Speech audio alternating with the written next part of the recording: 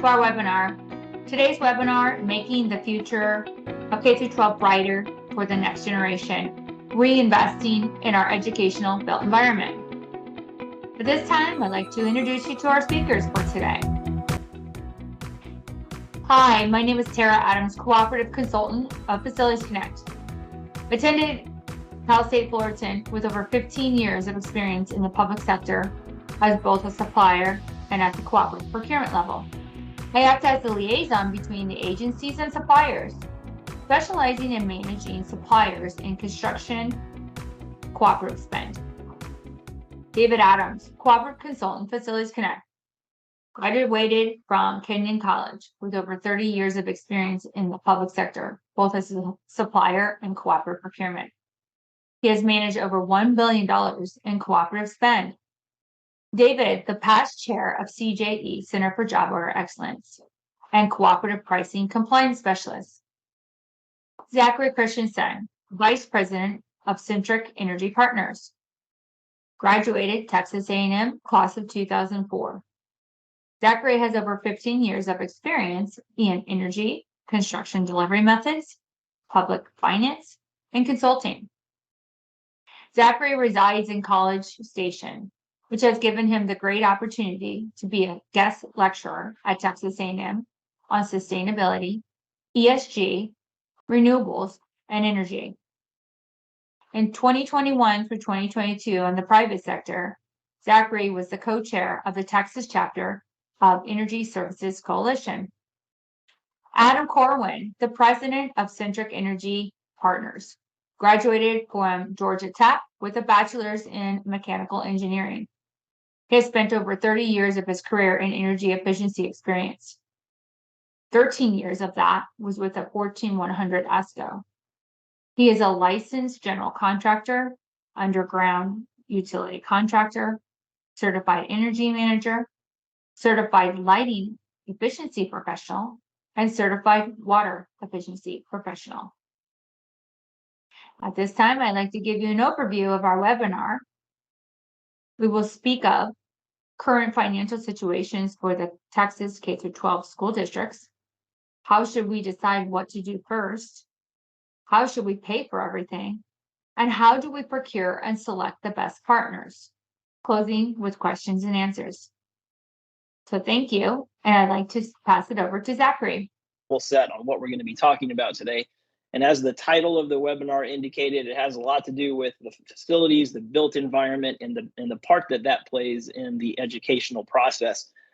And so we want to advance kind of three assertions and three main areas of discussion today. First and foremost, have you ever thought, I'll pose a kind of a rhetorical question first, have you ever thought of your built environment, the actual buildings that you educate your kids in?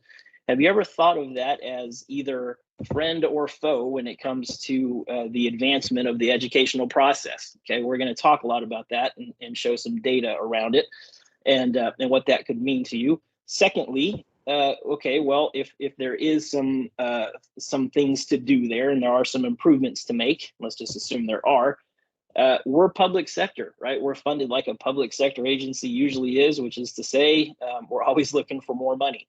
So how do we pay for that? How do we move forward? That's the question to ask in the second part. And then lastly, in much the same way that we might outsource legal expertise to, someone outside of our district, our organization, there are benefits and advantages to doing the same when it comes to your facilities. And so we'll look at how to escape that downward spiral of trying to do more with less by transferring risk to a turnkey provider. So that's what we'll start with. First things first, I want to set the table on kind of the funding landscape of where we are in the K through 12 market. And Terry, you can go ahead and advance the slides. And I want to make a point here. I know we have a lot of people who are not in Texas on this webinar, and so I want to make a point in saying that some of this stuff I will say that is specific to Texas, but we do recognize that many of us around the country, certainly in the places that Centrix works in, share a lot of the same challenges no matter where we are. And so keep going, Tara. We'll first start then with a little snapshot. I pulled this right out of the Constitution of Texas. This is the education code. Don't read it. It's too much. I don't want you to try reading this. But right here, it sets the core mission, right? It sets what we're all about in public education.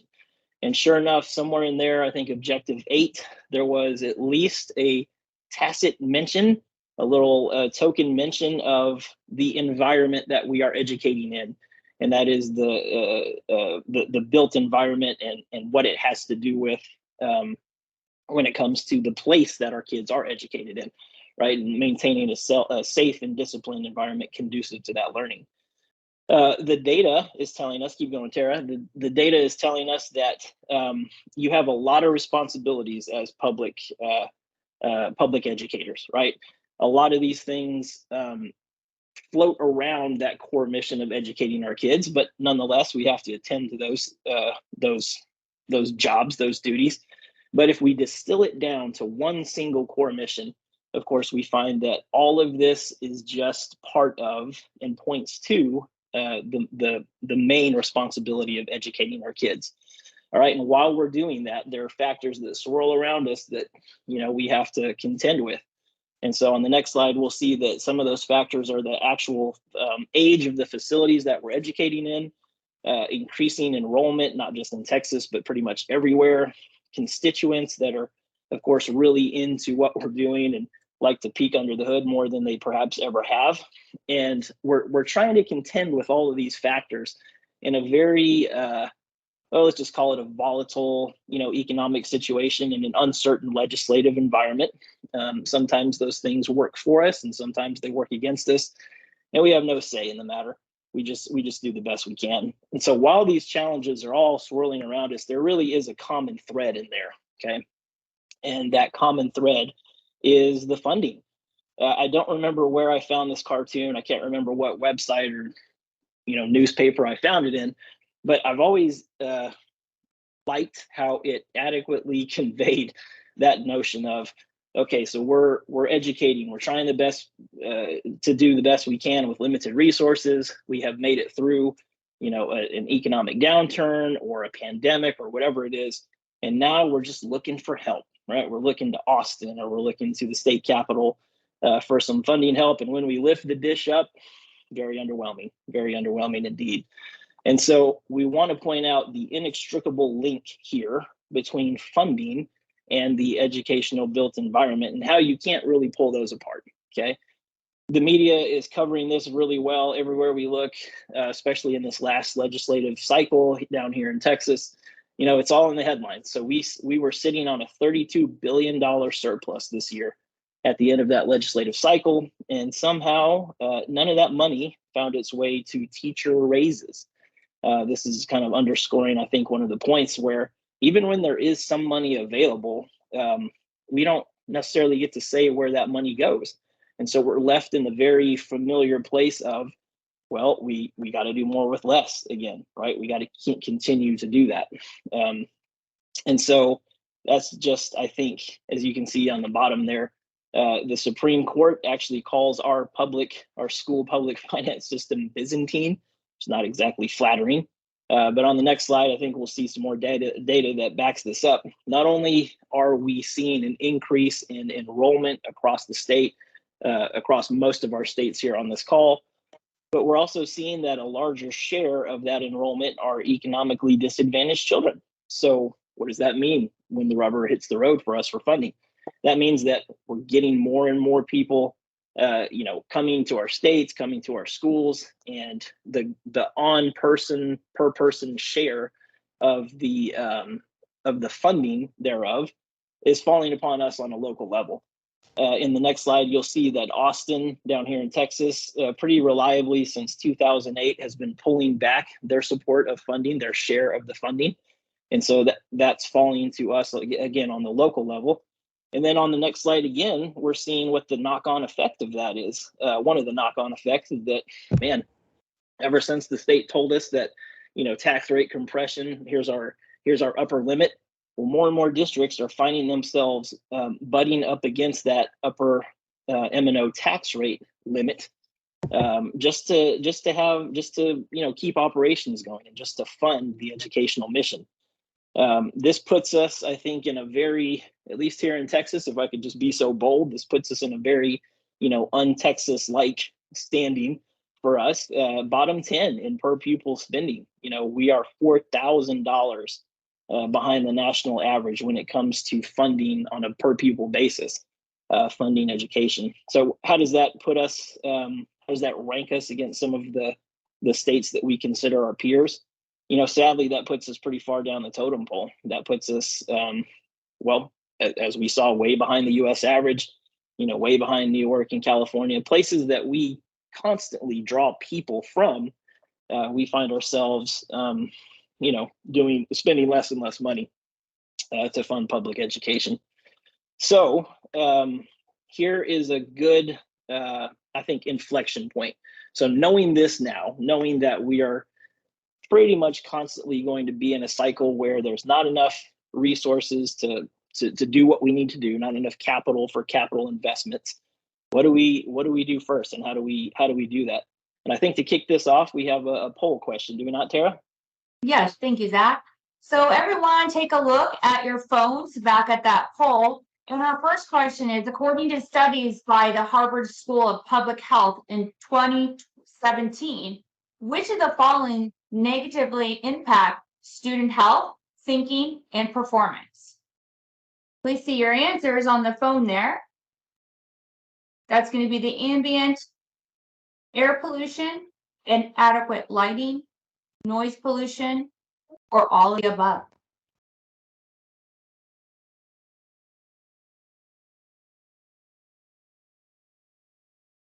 We're going to wait for a few more minutes to get further feedback. Tara, while you're waiting for the poll questions to come in, some people came in and arrived after the poll QR code was shown, but the QR code is on the slide. So anybody that didn't get a chance to enter the poll, you can take a QR code and enter into the poll everywhere platform from your cell phone. So up in the right-hand corner of the slide, just scan that and you'll be entered into it from your phone. Okay, thank you everyone for your feedback. So here we have in our poll today, we have 5% at the ambient air pollution. We have 5% at inadequate lighting. We have 90% at all. That? Yeah, really interesting. In fact, you were all right. There was no wrong answer there. It is all of the above. It's every single one of them. So this was a pretty groundbreaking study done by the Harvard School of Public Health, and it uncovered such insights as you can see here.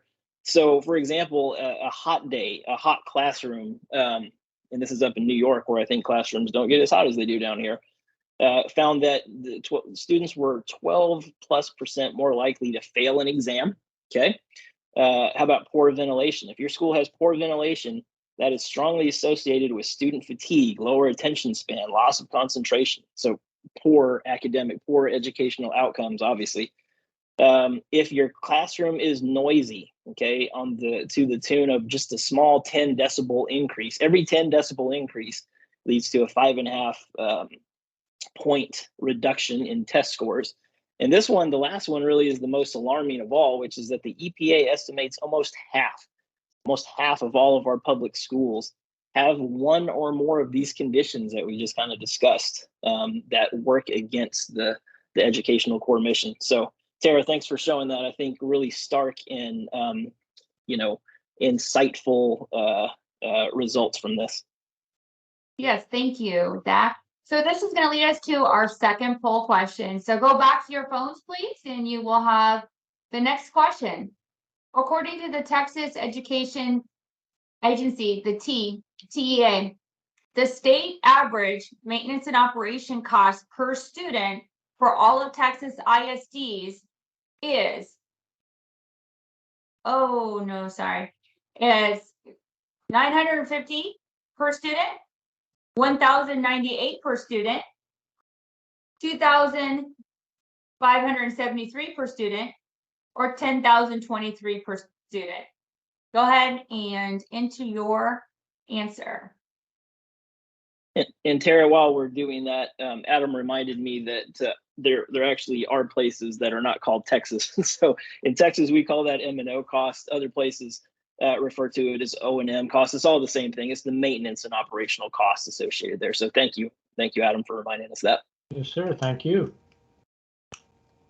All right. Well, we're going to go to our responses here. So what we have is 16% of you thought $950 per student. 50% of you said $1,098 per student. 15% at $2,573 per student, and 20% at $10,023 per student. Yeah, I really wish those that selected option D were correct. 10,000 plus per student. Unfortunately, consistent with the data I showed just a while ago, us being $4,000 on average less per the U.S. Benchmark, we do underinvest also on the M&O side. So in Texas, the answer is B, less than $1,100 per student on a per student basis invested in our facilities. Function 51, just for those who might not know, is the section of the budget that does deal with O&M costs. There's all kind of different functions. Function 52 is safety and security, for example. But yeah, we see an underinvestment here, and I think Adam, if I'm not mistaken, from here is going to take us on a bit of a journey that dives into what this looks like in a practical sense. So, what does a school district do when they kind of come to the realization of where they are? How do they get there, first of all, and what does that look like? So, Adam, over to you. Yeah, thanks, Zach. And I think whether it's M&O maintenance operations or O&M operation maintenance, it's the same thing, right? Is what is it costing us as a school district to operate and maintain our facilities? Most everything in the K-12 universe is on a per student or per pupil basis, and it's, for us, one of the best ways to try to benchmark districts against each other. So what you'll see here is 4 representative samples of districts in Texas. And what I've highlighted on the right is the function 51 cost per student for each of them. You see ranging from, these were just sort of randomly selected, but $875 per student up at the top, all the way down to almost double that, or just shy of $1,600 per student all the way at the bottom. And we've created a one-page summary sheet for all of the 1,200 plus districts in the state of Texas. As Tara mentioned, the TEA does a really good job of consolidating all of this information at a very granular level for each district. Here in Florida, where I live and where we're headquartered, we only have 67 districts in the entire state. Most of our work is really Florida to Texas up into sort of the mid-Atlantic, Tennessee-ish area, and we've got some strategic partnerships out in the Pacific Northwest and in the Northeast. But in that southern portion of the United States, we see a lot of good information provided by the state education departments that allows us to do this benchmarking. You can see over on the left, these are some smaller districts, medium-sized districts, large districts. Some of the districts in Texas literally have 1 building or 2 buildings, 200 kids, 300 kids in the entire district, and that's not uncommon. And a lot of the challenges that the smaller districts face, we're able to kind of come in and help show them a path for identifying needs, prioritizing those, and then helping make improvements. And then within that one-page summary, as Zach mentioned, this would be sort of a detailed look at function 51, or the plant maintenance spending per student. And what each district will see is sort of 3 colored lines here: blue, yellow, and gray. The blue is that particular district's cost per FTE over time, historical data that we got from TEA. The gray line at the bottom is all 1,200 plus schools, districts in the state. And then the yellow, the line in the middle, will be the peer group. So this could be small districts, benchmarking them against other small districts. It could be very large urban districts, comparing them against other large urban districts. But what we find there is relevant. And what's interesting about this graph is, if I'm a CFO or a superintendent, director of facilities, whatever, and I look at this and I see that I'm overspending my peer group, I'm overspending the state average in terms of plan M&O, I have to ask myself, is that a good thing or is that a bad thing? And realistically, it could be either, right? Maybe it's good that I'm spending more than everyone else because I'm doing the proper maintenance on all of my equipment. You know, if you draw an analogy to a car, I'm changing my oil every 3,000 miles or 5,000 miles. I'm rotating the tires. I'm doing alignment. I'm spending the money to do that maintenance. Whereas my peer might spend nothing on maintenance. They wait till it fails and then replace it through a bond referendum. So maybe spending more than everyone else is a good thing, or maybe I'm incredibly inefficient, running equipment when I shouldn't be. I don't have set points set the way they should be. And so what we see in this sort of first look is a high level snapshot of function 51. And then on the next slide, as Zach mentioned, we also look at function 52, which is safety and security. And unfortunately, not only in Texas, but throughout the country, you know, safety and security is a huge issue with school districts. Parents want to make sure their kids are safe when they drop them off for school in the morning. And unlike function 51, where I said you could make a good argument to be overspending or a good argument to be underspending, there's not really a great way to position we're underspending in safety and security, especially if, you know, God forbid something bad happens in one of the schools. The only thing that I would say here is that what we find most consistent from speaking with school administrators is the reason they're not spending more on safety and security is they don't have the money to do it. They don't have the fund balance to do it. And all of those things, not all of those, but most of those things we can help out with. So what we do, the next few screenshots show some tools and some output that we generate during what we call our facility condition assessment. We'll essentially go through, with the district's help, and inventory and catalog different systems, primarily mechanical, electrical, plumbing, or MEP systems. This screenshot is for a school where you can see two zones clearly differentiated by the color. The maroon or the red zone is one rooftop unit, which we've estimated, our team has estimated about 40% remaining life or useful life on that system. And then the greener one is maybe high 70s, low 80%. So from a strategic planning standpoint, when those of you that are administrators are dealing with the CFO and trying to get budget approved or trying to prepare for a future bond or referendum, this kind of information is invaluable. And then this next slide shows, again, at the kind of on a per unit basis, once we've done our deep dive into function 51 and extract meaningful data, we can assign those costs for breakdowns, assign those costs for maintenance and repair to a particular building, or depending how well it's those records have been kept historically, we can even identify a particular piece of equipment. And where this becomes really helpful is it might be difficult for the finance director to budget or for you to get approval for a $50,000 replacement of a major rooftop piece of equipment. But if you have the information and the ability to show them that over the past 5 years, they've spent $12,000 a year on maintenance and repair and compressor replacements, this can help provide some of the groundwork that you need to justify those upgrades.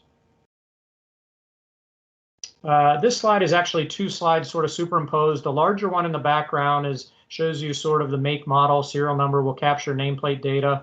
And then the colors on the right, the red, orange, yellow, green, think of that almost like a stoplight. Red is danger, we need to replace these. Green is normal, keep going. And then the yellow, orange is, you know, potentially something in the middle. And then the table right in the front center is actually a project that we've just wrapped up in terms of development, large district in Texas, where we identified almost 1,400 rooftop units that were in need of replacement. Since we do a lot of work in school district, we graded them like a report card, A, B, C, D, F. And so you can see here there were 400 units that were grade F and needed to be replaced immediately, D, C, B, A, et cetera. And so this district was actually preparing for a bond.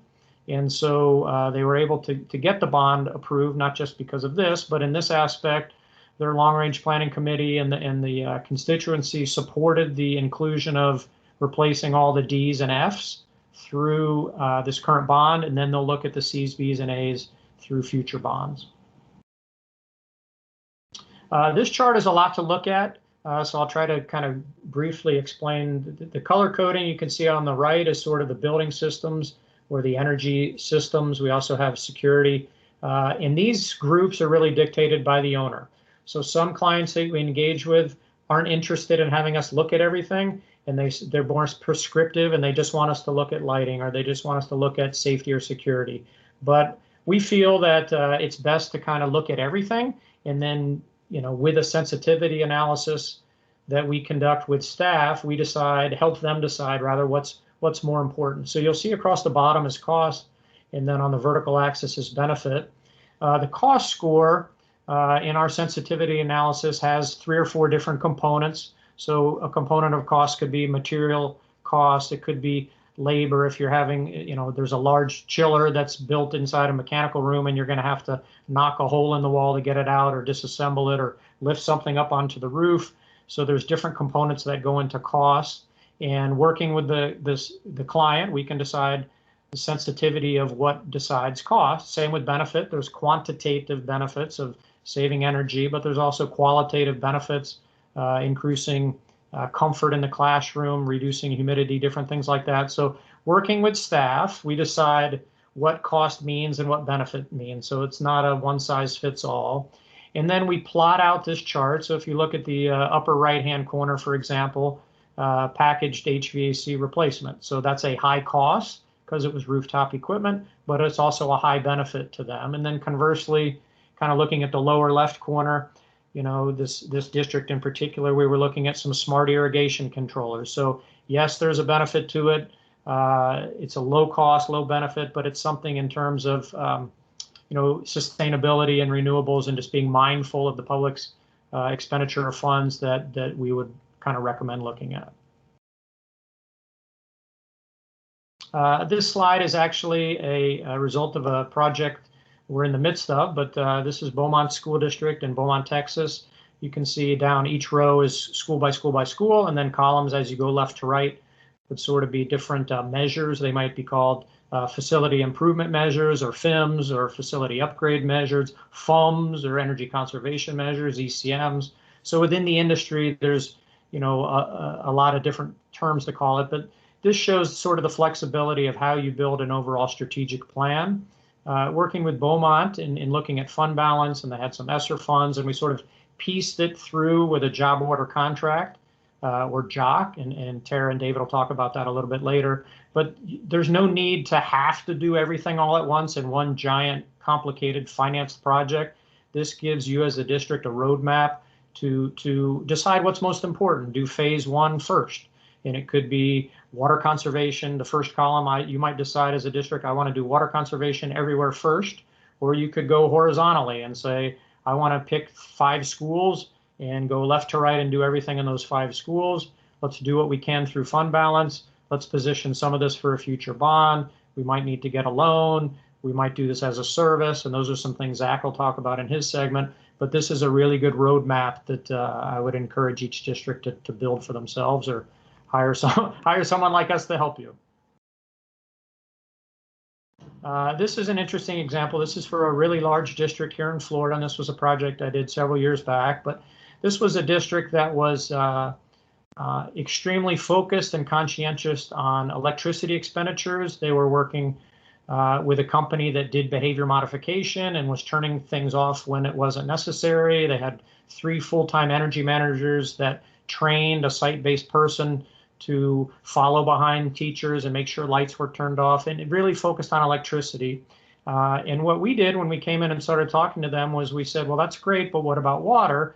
And they kind of looked at each other, and they really hadn't thought much about water. And so what I like about this chart, if you look at the pink line or the magenta line that's sort of going left to right, that's the square footage of the district. So this, again, was a large district that went from a little over 8 million square feet to 10.5 million square feet. You could see then the blue line, or the dark blue line, as it goes left to right, it was following a similar slope as their water consumption was increasing until its high point. And that's when we came in and did a project that was primarily focused on water conservation. So changing out old inefficient plumbing fixtures, retrofitting flush valves, getting several high schools off of city water, digging wells and turning them over to an full-time irrigation system using well water. The amount of money that this school district in particular was spending watering football fields, baseball fields, softball fields I know high school football is a huge thing in Texas. It is here in Florida too. So these football fields were pristine, but we showed them a tremendous savings in water.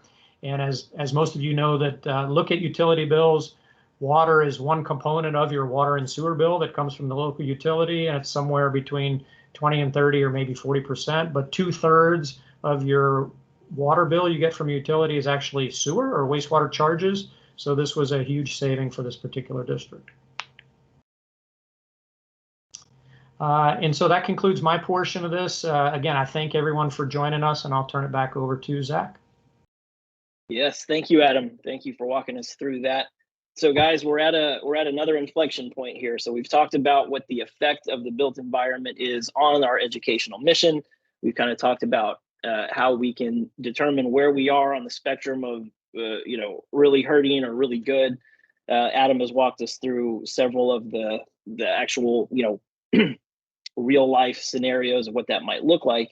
And so the inflection point is that question of how should we pay for everything? You're saying, Zach, I am a public agency. That's tough. Okay. The good news is this. I'll just tell you. The good news is that the methods there are variable and available. Okay, not just in Texas, but in virtually every other state. You can pay for these things out of fund balance. Okay, if that's what you want to do, you can take advantage of tax exempt financing. That's an advantage that we have in the financial market there because of who we are. You can do grants and loans. Here in Texas, we have the State Energy Conservation Office, SECO. I think every other state has a similar state-run agency, and they, typically will have like a revolving loan that can be used for facility improvements for capital projects. And then some of us are lucky enough that we can go to our citizens and have them partner up with us and take part and approve bonds, okay, where you can get an infusion of capital. On the other side of the same coin there, it's really helpful, I find, to think of the total solution in terms of not just the funding sources, but also the construction delivery method. And so we would always advocate that you start, with a design build approach, which is to say you have a single contractor that kind of runs the trades and the subs for you, but is part of your overall mission. And usually delivers a firm fixed price that doesn't require change orders, things like that.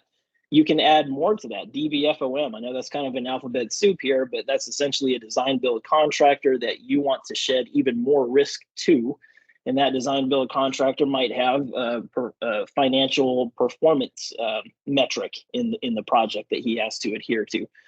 Very useful for finding avoided costs and then leveraging those for the benefit of your project. You can even shed risk a step further and go as a service, and that's to say that you don't own the infrastructure assets anymore at all. You shift the risk and responsibility to a trusted contractor, and then you pay for it by just using some of your old M&O dollars for repairs and things like that, and now paying those dollars in the form of a subscription or almost like another utility. A very, very viable way of doing it. You could also go P3, public-private partnership, and really just shed all of the risk. Here in Texas, we don't do a ton of that in the K through 12 market, but we do it in higher ed. And I know out there in Florida, that's a big deal now. So certainly viable. The point I want to make here, the overall point is that, again, there are various options. We don't need to feel like we're painted into a corner. There are various funding options. There are various construction delivery methods. And really, it's helpful to have an expert come in and show us how those things can be paired up to do what it is we need to do. What we want to avoid on the next slide, though, is feeling, again, like we're painted into a corner, because what we do then is we're reactive. And so when we're reactive, we choose to just kick the can down the road and we defer that maintenance. And the paradox on doing that is pretty plain, right? The longer you defer maintenance, the more expensive the eventual maintenance cost will be to you. So you're saving money today, but you're costing yourself even more tomorrow. We may dilute the general fund or dip into our reserves. Usually we don't love to do that. We might steal from other budgets. God forbid we have to, just dig an even deeper hole by stealing from, the educational budget or any other one. And then we may feel as a last resort, we have to take on additional debt. So we're trying to avoid these things by being proactive, not being reactionary, and having a plan going forward that is comprised of those things we looked at before. So Tara, if I'm not mistaken, we might have another poll here, correct? Yes, so thank you, Zach and Adam. We are now into our third poll question. So if you go back to your cell phones and answer that question. Again, if some of you have arrived late, here is a QR code here in the top right hand of the screen. Please scan that on your phone and it'll take you right to our poll everywhere. For a question, for those of you that have recently experienced a failed bond referendum, do you feel you have a firm grasp on the primary reason or reasons that it failed? Yes or no? Tara, if I could jump in here too, we have a lot of people on the call that are not, in public education, but that are still citizens nonetheless. We want you to feel like you have an answer in this question as well. If you're a citizen and have been part of a bond referendum that failed, do you know why? Do you think you know why that might have failed and what reasons are? We'll wait one more second. We got a couple more coming in still. Okay, thank you, everyone. So here we have 50-50 on the yes and no, Zach. So that leads us to our next question here is, what do you think is a good way to improve the probability of having your next bond approved? If you go back to your cell phone again and just type in your answer, and that will be on your cell phones, please. If you did come in late, the QR code is going to be on the top right hand of the screen.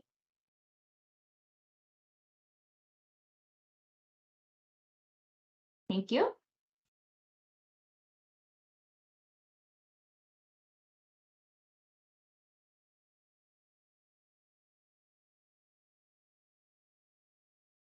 Looks like you got locked again, Tara.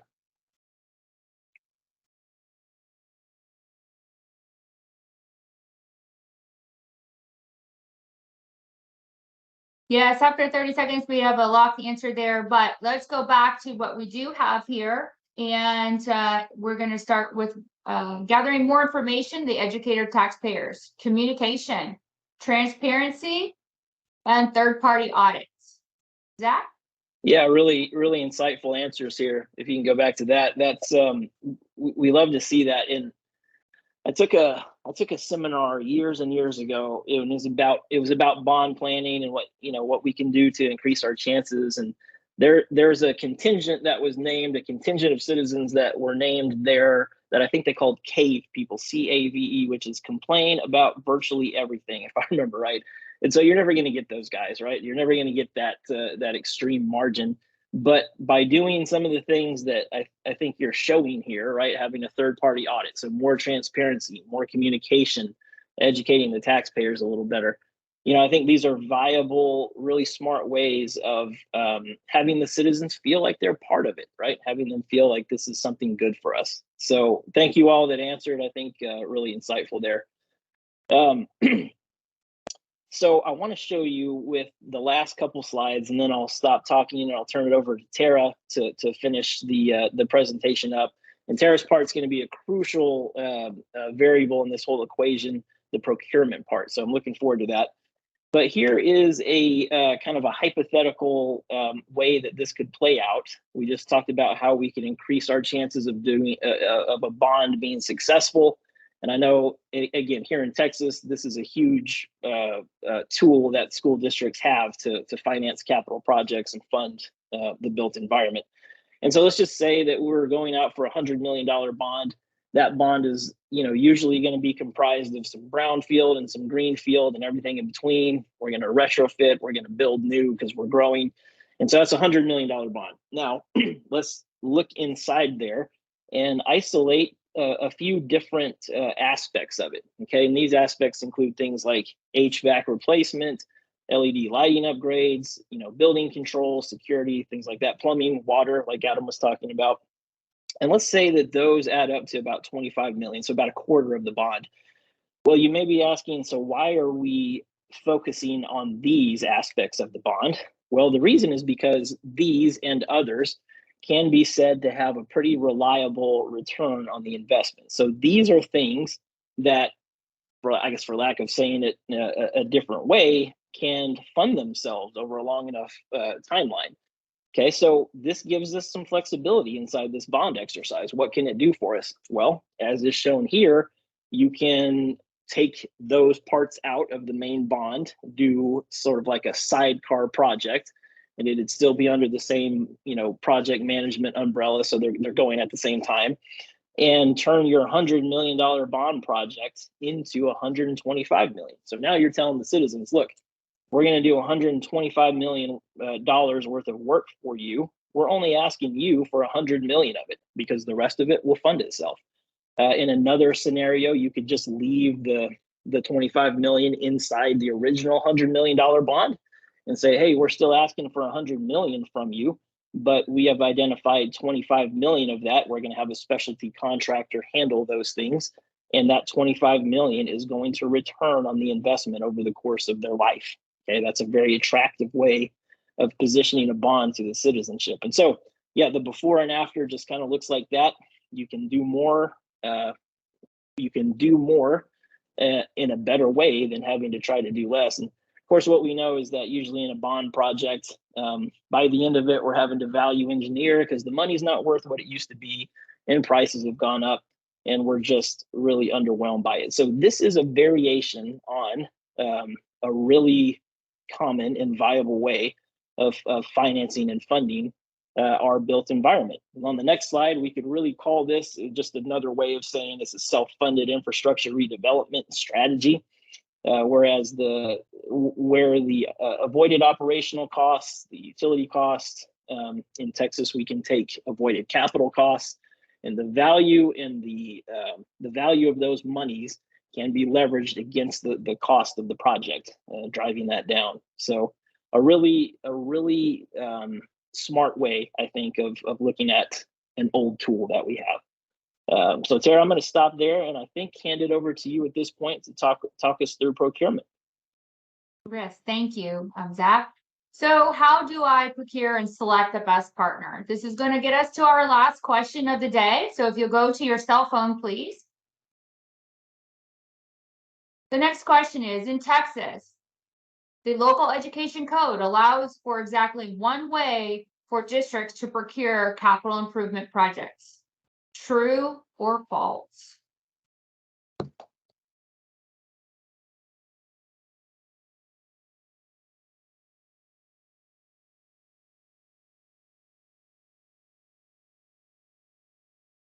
Okay. Still getting a couple answers here. All right.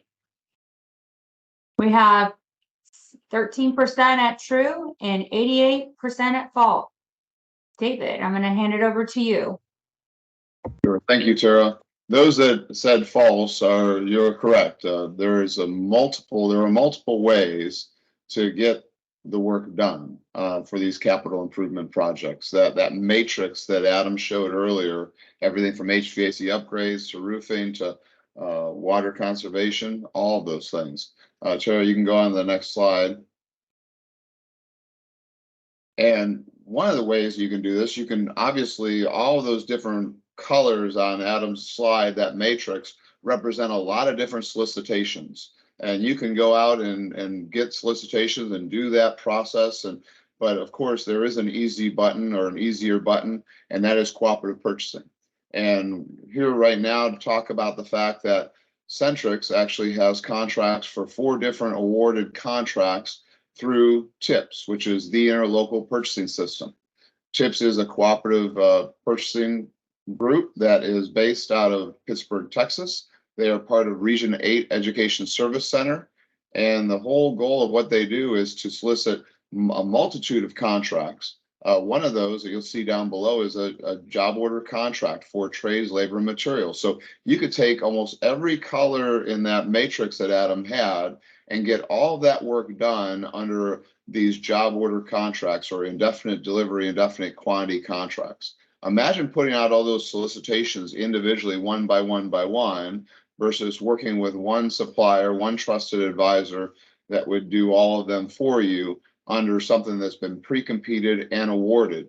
So the reason why agencies across the country use cooperatives more and more and more, and survey after survey, study after study show it, is because cooperative purchasing has become the destination for agencies, K-12, city, county, higher ed, for agencies to purchase their goods and services. The example I always use is you see a Walgreens goes up, what goes up right across the street from it? Of course, CVS. That way it becomes, it's now known as the destination of where you can get your miscellaneous items, maybe not, at a very convenient location. And whether you're going to work or you're coming back from work, whatever it might be, it becomes a destination.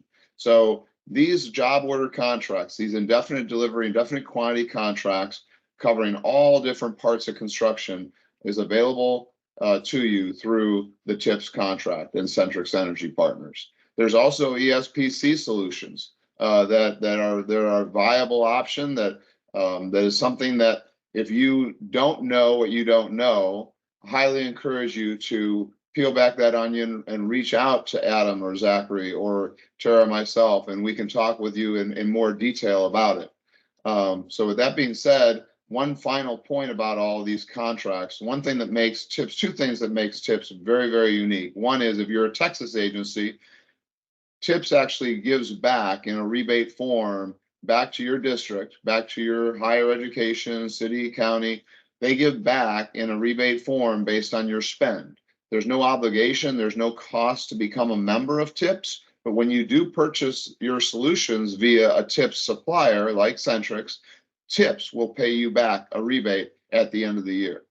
And some of those rebate checks have been very significant just because of the overall spend of using the contracts. And then the last point is TIPS has a dedicated construction team that actually puts their eyes on any proposal that comes in, the PO that comes in through TIPS. They actually confirm that it's pricing compliant. And that is something that we at Facilities Connect have assisted with many suppliers, many agencies across the country. And it is a unique, there's a lot of other solutions out in the marketplace where there is no checks and balances and there's not as much compliance that goes on. That is a very unique part of the TIPS solution. So with all that being said, and I'm not ignoring the last 2 points on here, but the indoor air quality and EV charging are two other contracts out of, there's hundreds of contracts that TIPS has available to you. So I encourage you to go on the TIPS website at tips-usa.org or .com. I'm sorry, .com. Thank you, David. So thank you for your time today, everyone. We are now going to wrap up and we'd love to have some of your questions. If you go ahead and raise your hand, I can unmute your mic. Otherwise, you can put your questions here in the chat. Thank you.